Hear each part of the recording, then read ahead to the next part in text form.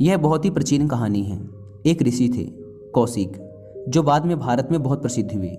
जब वे एक युवा सन्यासी थे, तब एक दिन वो रोज की तरह नदी से नहाकर जंगल के एक वृक्ष के नीचे ध्यान करने के लिए बैठ गए।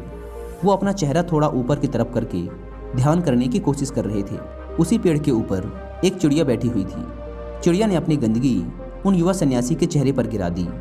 यह देख उन युवा सन्यासी को बहुत क्रोध आया, क्योंकि वो अभी अभी नदी से नहाकर आए थे और ध्यान में डूबने की कोशिश कर रहे थे।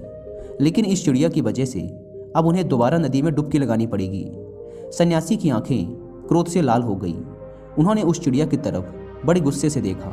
उन्होंने उस चिड़िया को ऐसे घूरा कि वह चिड़िया पल भर में ही जलकर राख हो गई। यह देख उन युवा सन्यासी को बड़ी आत्मिक शांति मिली। उन्हें खुशी हुई कि चलो मेरी तपस्या की शक्तियाँ कुछ तो काम आ रही हैं। उन्होंने दोबारा नदी में स्नान किया और अपनी साधना करने बैठ गए। दोपहर होने पर वह भोजन के लिए जंगल के पास वाले गांव में भिक्षा मांगने गए। वहां एक घर के बाहर खड़े होकर उन्होंने आवाज़ लगाई, भिक्षाम देही। अंदर से किसी स्त्री की आवाज़ आई, कृपया थोड़ा इंतजार करो, मैं कुछ देर में आ रही हूँ। यह सुन उन युवा सन्यासी को क्रोध आ गया, क्योंकि आज सुबह सुबह ही उन्हें परेशान करने वाली एक चिड़िया को उन्होंने अपनी नज़रों से ही जलाकर राख कर दिया था। इस घटना ने उनके आत्मिक घमंड को हवा दे दी थी। उन्होंने और जोर से चिल्लाकर कहा, भिक्षाम देही। अंदर से फिर उसी स्त्री की आवाज़ आई, कहा ना, कृपया थोड़ा इंतजार करो, मैं आ रही हूँ। यह सुन वे युवा सन्यासी और क्रोध से भर गए। उन्होंने और जोर से आवाज़ लगाई, भिक्षाम देही। वह लगातार आवाज़ लगाते रहे। तभी अंदर से एक महिला हाथ में भोजन की थाली लिए बाहर आई। युवा सन्यासी ने उस पर चिल्लाते हुए कहा, मैं दैवी शक्तियों से संपन्न एक महान सन्यासी हूँ।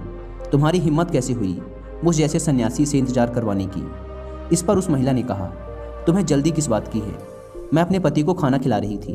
वो दोनों आंखों से अंधे हैं, कुछ देख नहीं सकते, पर तुम तो थोड़ा इंतजार कर सकते हो ना। युवा सन्यासी ने गुस्से से महिला की तरफ देखा। महिला ने कहा, तुम मुझे ऐसे घूरो मत, मैं कोई चिड़िया नहीं जो जलकर भस्म हो जाऊंगी। यह सुन उन युवा सन्यासी की आंखें फटी रह गईं। उन्होंने पूछा, लेकिन यह तुम्हें कैसे पता? महिला ने कहा, उससे कोई फर्क नहीं पड़ता, लेकिन तुम मुझे ऐसे घूरो मत। सन्यासी ने सोचा, उस घने जंगल में तो आसपास कोई भी नहीं था, फिर इस महिला को उस चिड़िया के बारे में कैसे पता? उन्होंने पूछा, कृपया आप बताइए कि यह आपको कैसे पता चला? महिला ने कहा, मैंने कहा ना कि उससे कोई फर्क नहीं पड़ता, और आप जिस घमंड से अभी भरे हुए हैं, ऐसी हालत में आप कुछ सीख भी नहीं सकते। सन्यासी हाथ जोड़ते हुए बोले, तो फिर आप मुझे अपना शिष्य बना लीजिए। महिला ने कहा, मैं एक गृहिणी हूँ, मैं किसी को अपना शिष्य नहीं बनाती, लेकिन मैं आपको अपने गुरु का पता जरूर बता सकती हूँ, आप उनके शिष्य बन सकते हो। महिला ने उन युवा सन्यासी को अपने गुरु का पता बताया। उस पते के अनुसार वह युवा सन्यासी पास के ही एक नगर में पहुँच गए। फिर वह और अंदर जाते रहे। फिर थोड़ी देर में वो कसाई की गली में पहुँच गए। उन्होंने देखा चारों तरफ मांस के टुकड़े लटके हुए थे। उन्होंने सोचा, शायद मैं गले पते पर आ गया हूँ, लेकिन पता बिल्कुल सही था। वे एक ब्राह्मण थे। उनका कसाईयों की गली में देखा जाना भी पाप था। उन्होंने सोचा, मैं किसी कसाई को अपना गुरु नहीं बना सकता, लेकिन फिर भी वो आगे बढ़े। उन्होंने लोगों से पता पूछा। लोगों ने इशारे से बताया कि यह इंसान उस दुकान में रहता है। वे वहाँ गए। उन्होंने देखा वहाँ एक इंसान था जिसके पूरे शरीर पर खून ही खून लगा हुआ था। उसके चारों तरफ मांस के टुकड़े टंगे हुए थे। वो बड़े ध्यान से मांस को काटने में लगा हुआ था। वे वहाँ खड़े खड़े सोचने लगे, मैं ब्राह्मण हूँ, एक कसाई भला मुझे क्या सिखाएगा, और फिर चाहे कुछ भी हो, मैं एक कसाई का शिष्य नहीं बन सकता। वो लौटकर जाने लगे। तभी उस इंसान ने उन्हें उनके नाम के साथ पुकारा। उसने कहा, महात्मा कौशिक, आपको उस स्त्री ने मेरे पास भेजा है ना? यह सुन वे युवा सन्यासी अवाक खड़े रह गए, क्योंकि उन्होंने अपना नाम अब तक किसी को बताया ही नहीं था। फिर यह इंसान उनका नाम कैसे जानता था? उसने कहा, आप थोड़ी देर इंतजार करिए, मैं अपना काम पूरा कर लूँ। वे सन्यासी वहीं खड़े रहे। उन्हें उस कसाई घर में घुटन हो रही थी।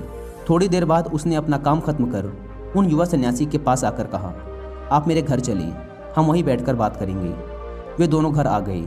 घर आकर उसने उन्हें बैठने को कहा और खुद जाकर स्नान कर साफ सुथरे कपड़े पहनकर बाहर आया।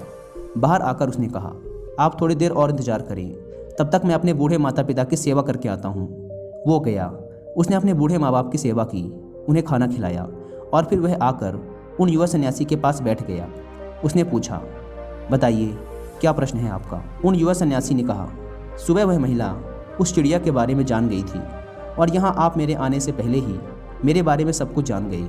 आप ये सब कैसे जान पाते हैं और ये सब कैसे जाना जाता है? मैं बस उसका तरीका जानना चाहता हूँ। उस इंसान ने कहा, बड़ा आसान है, बस किसी भी काम को पूरी भागीदारी और ध्यान के साथ कीजिए, चाहे वह कोई सा भी काम हो। वह महिला अपने अंधे पति का ध्यान रखती है। वह उस काम को पूरी लगन और भागीदारी से करती है। वह उसमें कोई कमी नहीं छोड़ती। मैं अपने माता पिता की सेवा करता हूँ। मैं उसे पूरे ध्यान से करता हूँ, उसमें कोई कसर नहीं छोड़ता। मैंने कसाई बनना चुना ताकि मैं जानवरों को कम से कम कष्ट पहुँचाकर काट सकूँ। अगर ये काम मैं नहीं करता तो कोई और करता, और पता नहीं वो जानवरों को मारने से पहले उन्हें कितना कष्ट पहुँचाता। मुझे लगता है कि मैं इस काम को सबसे अच्छे तरीके से कर सकता हूँ। इसलिए कुछ भी करो, उसे पूरी करुणा, भागीदारी और ध्यान के साथ करो। जब हम किसी काम को ऐसे करते हैं तो हमारे खुद के विचार शांत हो जाते हैं, और जब हमारे खुद के विचार शांत हो जाते हैं तब हमारे आसपास जो भी लोग होते हैं उनके मन में चलने वाले विचार भी हम पढ़ सकते हैं और उनके बारे में जान सकते हैं, जैसे कि उस महिला ने तुम्हारे विचारों को पढ़ लिया था। दोस्तों, इस कहानी से हमें सीखने को तो यही मिलता है कि हम कुछ भी करें उसे पूरी करुणा के साथ करें, वो भी किसी भी काम से अपनी पहचान जोड़े बिना। जैसे कि उस इंसान ने कसाई का काम पूरी करुणा से किया, बिना उस काम के साथ जुड़े।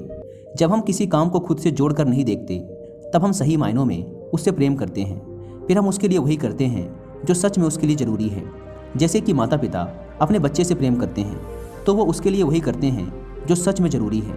अगर बच्चे की तबीयत खराब है और वो कड़वी दवाइयाँ नहीं लेना चाहता, लेकिन माँ बाप फिर भी ज़बरदस्ती उसे वो दवाइयाँ खिलाएंगे, क्योंकि उस समय पर उसके लिए वही सबसे ज़्यादा ज़रूरी है। संक्षिप्त में कहूँ तो अगर हम किसी भी काम को पूरी करुणा और ध्यान से कर पाए, वो भी बिना उस काम को खुद से जोड़े, तो शायद हम उस काम को सबसे अच्छे तरीके से कर पाएंगे।